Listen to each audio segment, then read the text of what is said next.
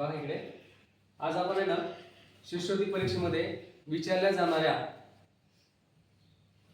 Paper मधील बातम्यांचे प्रश्न, म्हणजेच काय, वृत्तपत्रामध्ये आलेले बातम्या असतात. बातम्या माहिती आहे सगळ्यांना, पेपर वाचता की नाही आपण, त्या पेपर मध्ये वेगवेगळ्या बातम्या येतात आणि त्या बातम्याच्या संदर्भाने संलग्न हे प्रश्नपत्रिकेमध्ये आलेले प्रश्न आहे.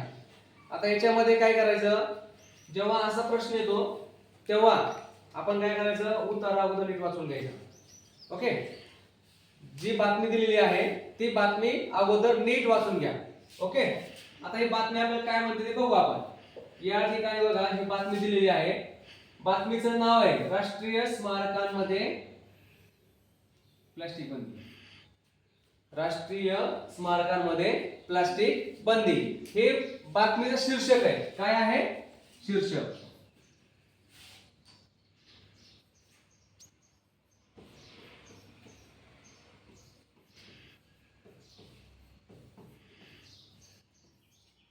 बातमीचं शीर्षक आहे.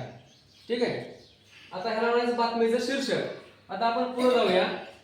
ही जी बातमी आहे इथं नवी दिल्ली असं म्हटलंय. ओके, वाचूया आपण बातमी. आता स्वच्छ भारत स्वच्छ स्मारक, बघा हा, स्वच्छ भारत स्वच्छ स्मारक हे एक मोहीम आहे. ही मोहीम आहे. मोहिमेचा भाग म्हणून देशातील सर्व राष्ट्रीय स्मारके तसेच पर्यटन स्थळावर प्लास्टिक बंदीची घोषणा करण्यात आली. काल दिल्ली येथे केंद्रीय पर्यटन मंत्र्यांनी महात्मा गांधी जयंतीचा मुहूर्त साधून ही घोषणा केली. सर्व राष्ट्रीय स्मारकांच्या परिसरात संपूर्ण प्लास्टिक बंदीची अंमलबजावणी महिनाभरात करण्याचे तसेच या ठिकाणी स्वच्छतागृह आणि उपहारगृहांची सुविधा पुरविण्याचे निर्देशही त्यांनी दिले आहेत. एवढीच बातमी आपल्याला लक्षात आलं असेल बातमी कशाची आहे. आता याच्यामध्ये मग काय दिलंय, कोणती मोहीम आहे? स्वच्छ भारत स्वच्छ स्मारक.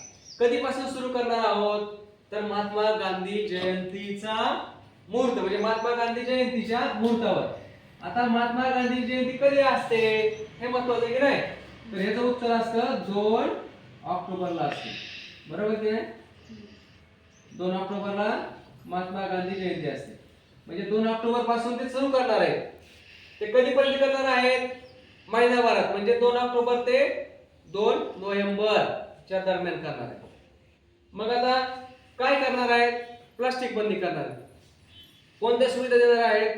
एक स्वच्छतागृह आणि दुसरं उपहारगृह, म्हणजे आपल्याला नाश्ता वगैरे करायचं करणार. अशा प्रकारची ही बातमी आहे. आता तुम्हाला लक्षात काय काय घ्यायचंय, बातमीचं शीर्षक. ओके, त्याच्यामध्ये काय काय आलंय, दिल्लीचं नाव आलेलं आहे, त्यानंतर महात्मा गांधींचा उल्लेख आलेला आहे. ते मेन पॉइंट लक्षात घ्यायचे. ठीक आहे, आता आपण एक कट करूया. आता याच्यावर आपण प्रश्न बघूया. प्लास्टिक बंदी हा कोणत्या मोहिमेचा भाग आहे? बघा किती सोपा प्रश्न.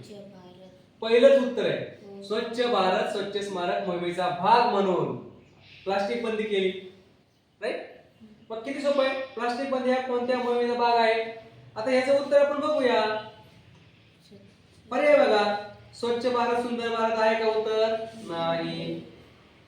स्वच्छ भारत स्वच्छ स्मारक हे उत्तर आपलं आहे. ओके, कळलं उत्तर शोधायचं. पुढचा प्रश्न बघू. आता पुढचा प्रश्न घेऊया जरा. 2 नंबरचा प्रश्न बघा. मोहिमेअंतर्गत म्हणजेच काय, स्वच्छ भारत स्वच्छ स्मारक ही मोहीम आहे. त्या मोहिमेअंतर्गत कोणत्या सुविधा पुरवण्याचे निर्देश दिले आहेत?